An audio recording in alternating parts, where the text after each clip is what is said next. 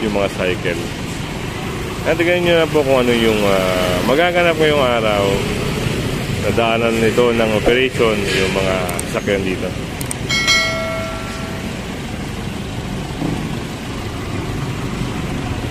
Laki-laki na nakalagay, no parking. So yun nga, sabi ni sir, ang laki na nakalagay, no parking to away zone.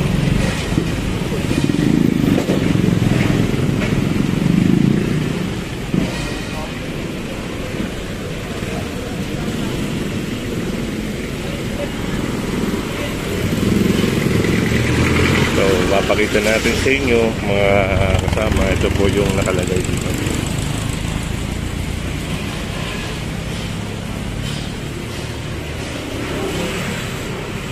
Pero po ang problema, ito, nakompromiso rin yung sidewalk. Meron din po doon, pasyalan natin. Kaya para napakita lang natin sa inyo yung mga operation, yung mga lumalabag sa batas trapiko. Dito meron din nakalagay, oh.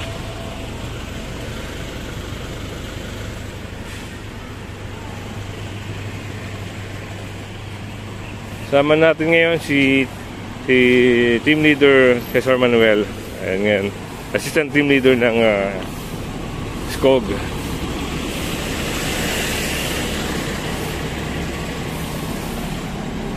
Ganon din po dito. Ito, yung sidewalk po ang nakompromiso.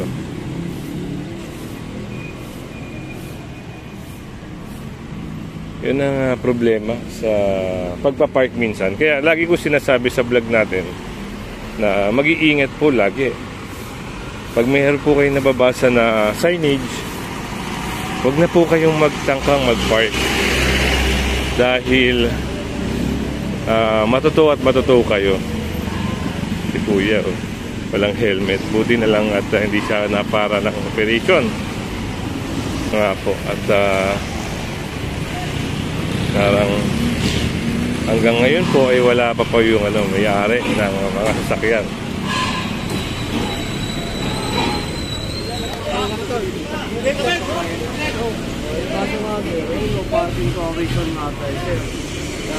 Wala sir, atake namin. Ano sir, alam ng barangay ito sir? Wala namin kasing harang ko sir, dahil yung mga homeless, yung homeless, kaka ano lang namin ng homeless sir eh. Kaya ang ginawa namin sir, yung service lang ng simbahan, ang nilagay mo na namin dito. Basta na lang, kasi namin na kanto nga sir, operation kami sir. Wala po, biglaan po talaga pagkakaroon. Ayan pa sir. Kita mo naman wala ka di kami nakipag-aral sa parang natural na barangay. Opo, wala sila. Kumain naman yung barangay. So magkaharang lang muna.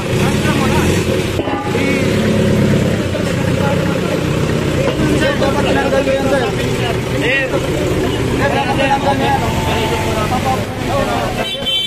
Sige na. Kasi ba naman ito? Ano nga sir? Pwede naman kami ng pampa lang sir. Isang pampa.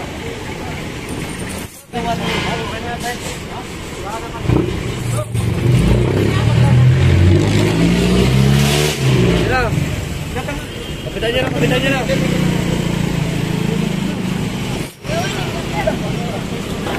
Kaso. Wala tayong kaso. Tol, baliktad. Kaya, babaliktad rin kukuha kayo sa pukulo doon. Ito na. Dito na pala din. Okay lang. Kahit malangat. Alisin lang namin. Ipapasok lang namin.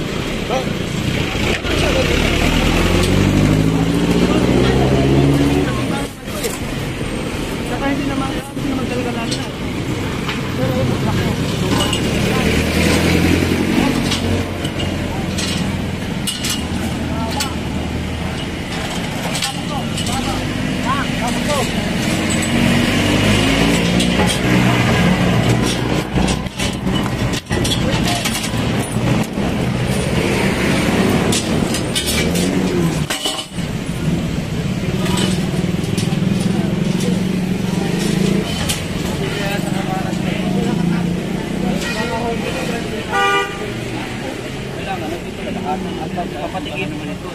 wala akong problema.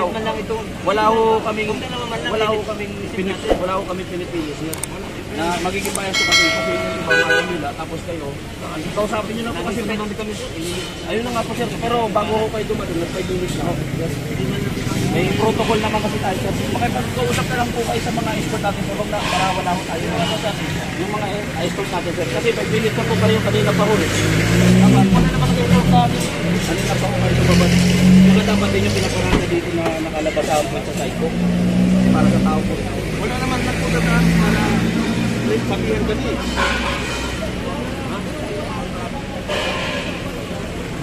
Wala naman po nagpudataan para sabihin. Sir, operation kami, sir. Wala rin naman yan tayo.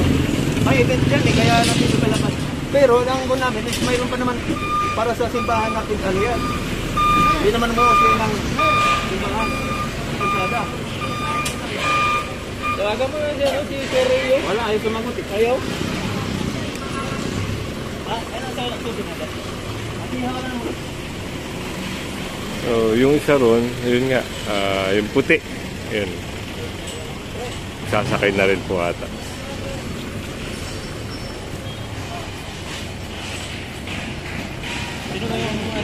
Sino ba yung mahid natin ito dyan? Ganito hindi na po gagalawin yan. Hindi na po ito dyan. Hindi na po po. Kasi hindi mo po masyadong nakaano. Pero itong dalawa.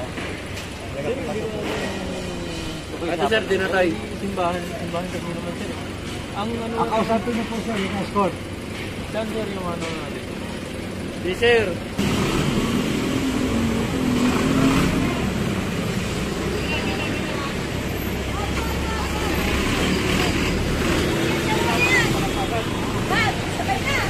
Sabay agad. Diretso! Diretso! Okay! Okay! Hop! Abante konti! Konti abante! Okay!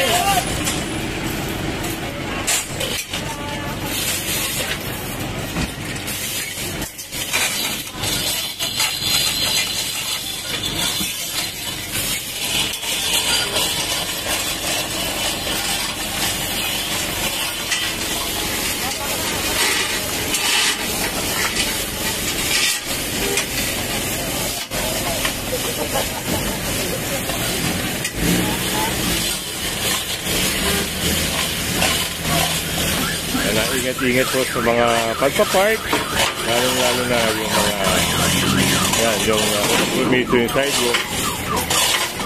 Malaki pong gastusin, kaya pwede po kayo magbasa-basa para hindi kayo magastusan. At bukod doon yung hassle para pumunta ng Tumana Marikina at magtubos kayo. Kaya sa mga bumabiyahe, yan, mga taga-province na pupunta ng Maynila, maghahanap po kayo ng parkingan na safe para pag halimbawa po park kayo, hindi kayo matutow, hindi kayo matitikitan.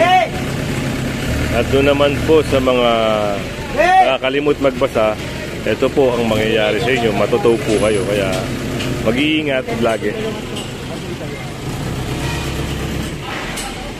Titikitan na lang yung dalawa. Titikitan po.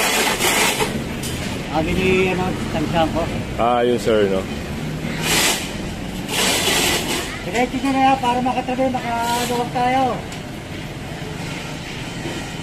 So, sa Tumana Marikina po yung pagdadalhan nito. Diretso na lang doon, para makaluwag tayo dito.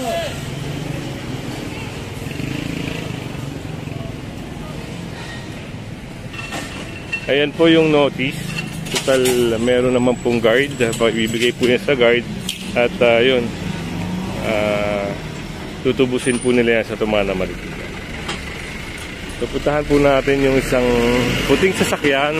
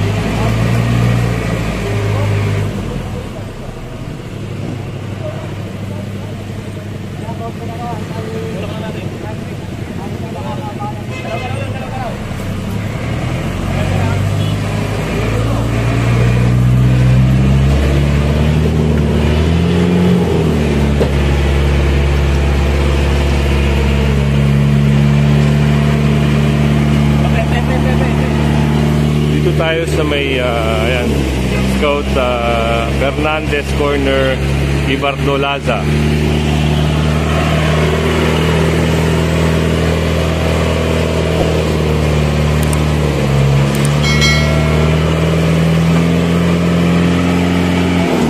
At yun, sa mga gantong national road at ang bahay nyo ay nasa gantong area, ingat-ingatan nyo po yung pagpaparada, yung nakukuha na yung sidewalk. Kasi po, yan po yung talagang towable. Mas maganda po kung gantong pagparada nyo, ganyang forma. Gantong forma, hindi kayo matutow kasi ito pinapayagan. Huwag lang masasakop yung sidewalk na para sa taong bayan. At isa po, ito po ay Mabuhay Lane, no?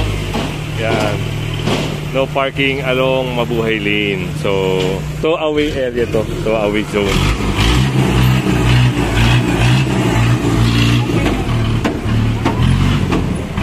So, yun. Dadali na sa Tumaan ng Marikina.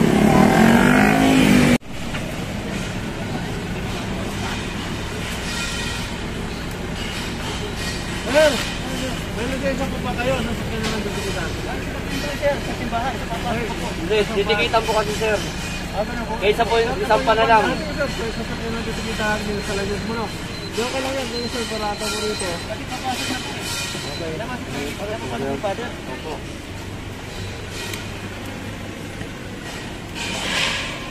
Dito po na natin sir, pag umipasok ha.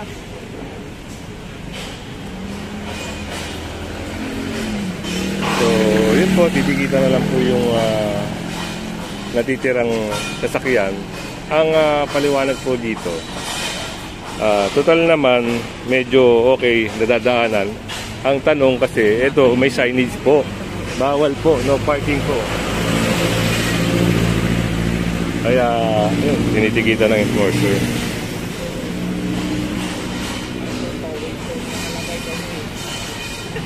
Wala yan.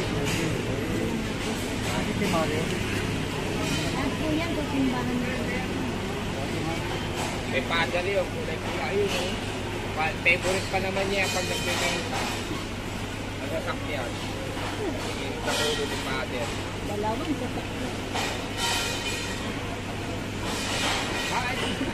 Ganda din sa kondo ko. Hindi ko lang sabi. Hindi po ba natin ako. Hindi ko lang sabi. Dalawa lang po lang.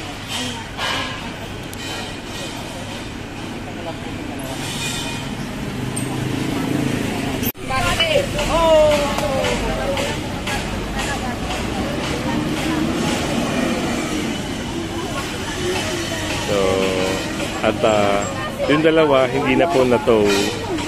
Pero natikitan po yung plaka. So, babayaran po nila yan sa any bayad center.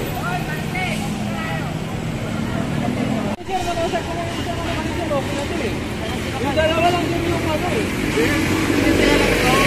Higit lang yun, pwede sasampayan sir. Ano? Ako'y nakakaya nga ito. Pasok naman siya.